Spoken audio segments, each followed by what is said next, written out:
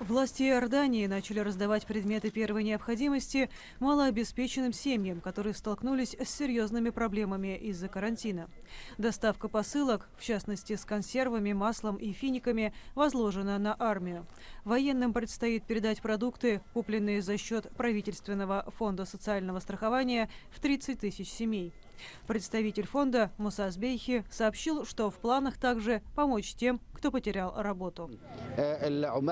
Позже мы начнем доставлять посылки паденным рабочим. Уже начала работать онлайн-платформа, где они могут обратиться за срочной помощью, если их перестали нанимать из-за кризиса. В связи с распространением коронавируса в Иордании введен комендантский час. Он действует с 6 вечера до 10 утра.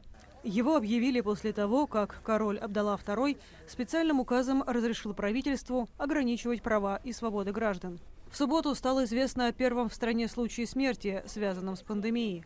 Всего заразились около 250 местных жителей.